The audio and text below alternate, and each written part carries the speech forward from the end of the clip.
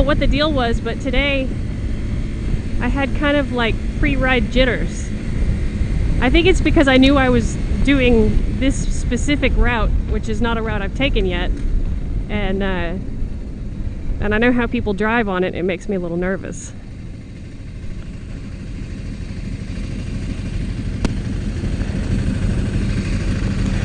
But yeah, it's like, or maybe it was the Red Bull. Maybe I had too much Red Bull, but but you know, there's a difference between having pre-ride jitters and having like the pit of your stomach feeling like I shouldn't ride today or I shouldn't drive today. And it's always when I have that feeling like I shouldn't go out today, and it's a very definite feeling. I've only had it a few times, but when you have it, it's like you feel like something is terribly wrong and I really shouldn't go out today. Something's going to happen, and something always does happen. And it's not like the you know, wash your car and it rains sort of coincidence. It's an honest pit of your stomach, something is wrong feeling. And whether I was a passenger or a driver, every time I've had that feeling, we've gotten into a wreck.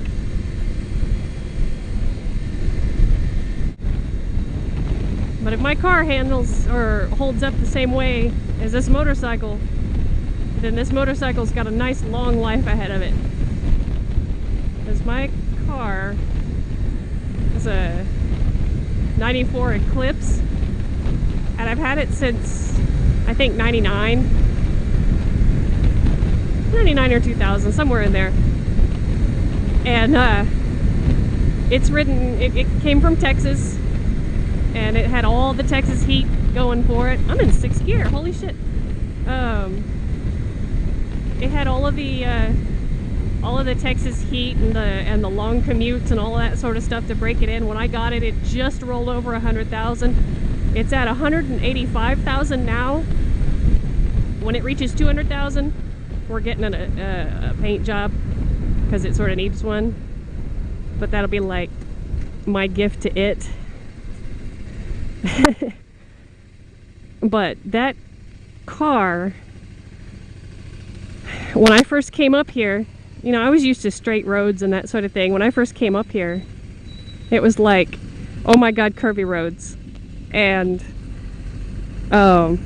like bumps and stuff in the road. And I spent a great deal of time doing the Dukes of Hazzard style driving, you know, crazy turning and off-road and you know, like hitting a bump a little too fast and getting some air and that sort of stuff.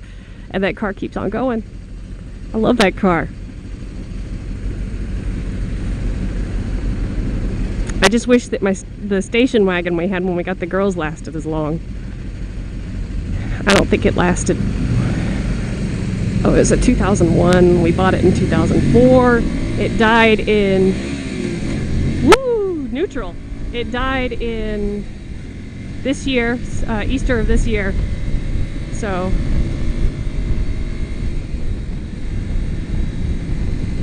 and that made me really sad because I liked that car too, actually. But yeah, that wagon, man, it was like everything was wonderful on it. It was a Saab 9.5. It was 2001, so it still had some actual Saab parts in it, but it had GM parts in it as well. And one of the GM parts was the engine. The engine is what blew. We were going up a hill, and it threw a rod, banged the pistons in. It was one of the 35-degree V6. So it blew a rod and hosed the engine, and we found out that it was going to cost more to replace the engine than like the cost of a new car. And I thought, you know, I like this car a whole great deal, but I don't like it that much. So we had to get another car, and we didn't need all of that cargo capacity anymore. you know, whenever you've got little kids, you've got to carry around like car seats and strollers and all that sort of thing. And we simply didn't need it anymore. As our kids, you know, the girls are older. They don't need car seats. They don't use strollers. I do miss the carrying capacity of it, though, I'll tell you. That was the only wagon I knew of that I could carry, like, construction materials in.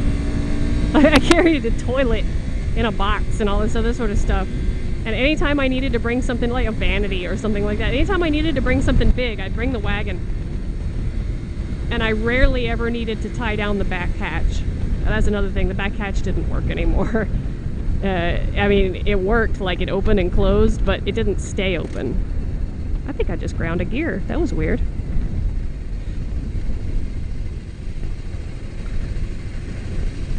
So yeah, and it leaked a little bit on that back hatch, so it was like, you know, it would rain and then it would get full of water, have like 2 gallons of water out of the on the hatch door. So you pick it up and it was like weighed a ton, and then it would rain and then it would freeze and it would get 2 gallons of ice in it, and that was even worse.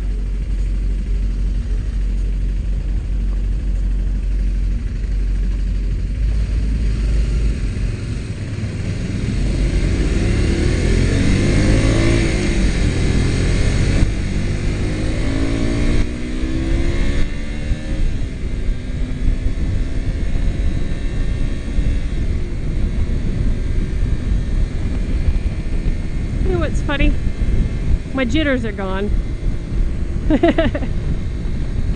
I'll be honest, they were gone after the first major intersection. But now I'm like loosening up on the grips and leaning back a little bit more, sitting more upright, squeezing in the middle with my legs. And that's a good trick, by the way.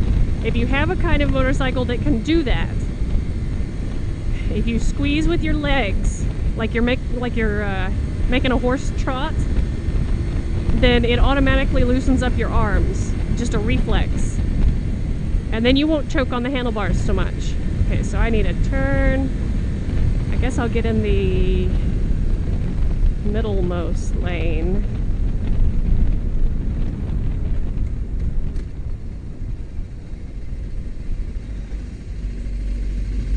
Oh man, this is a good ride. It's better than I thought it was going to be.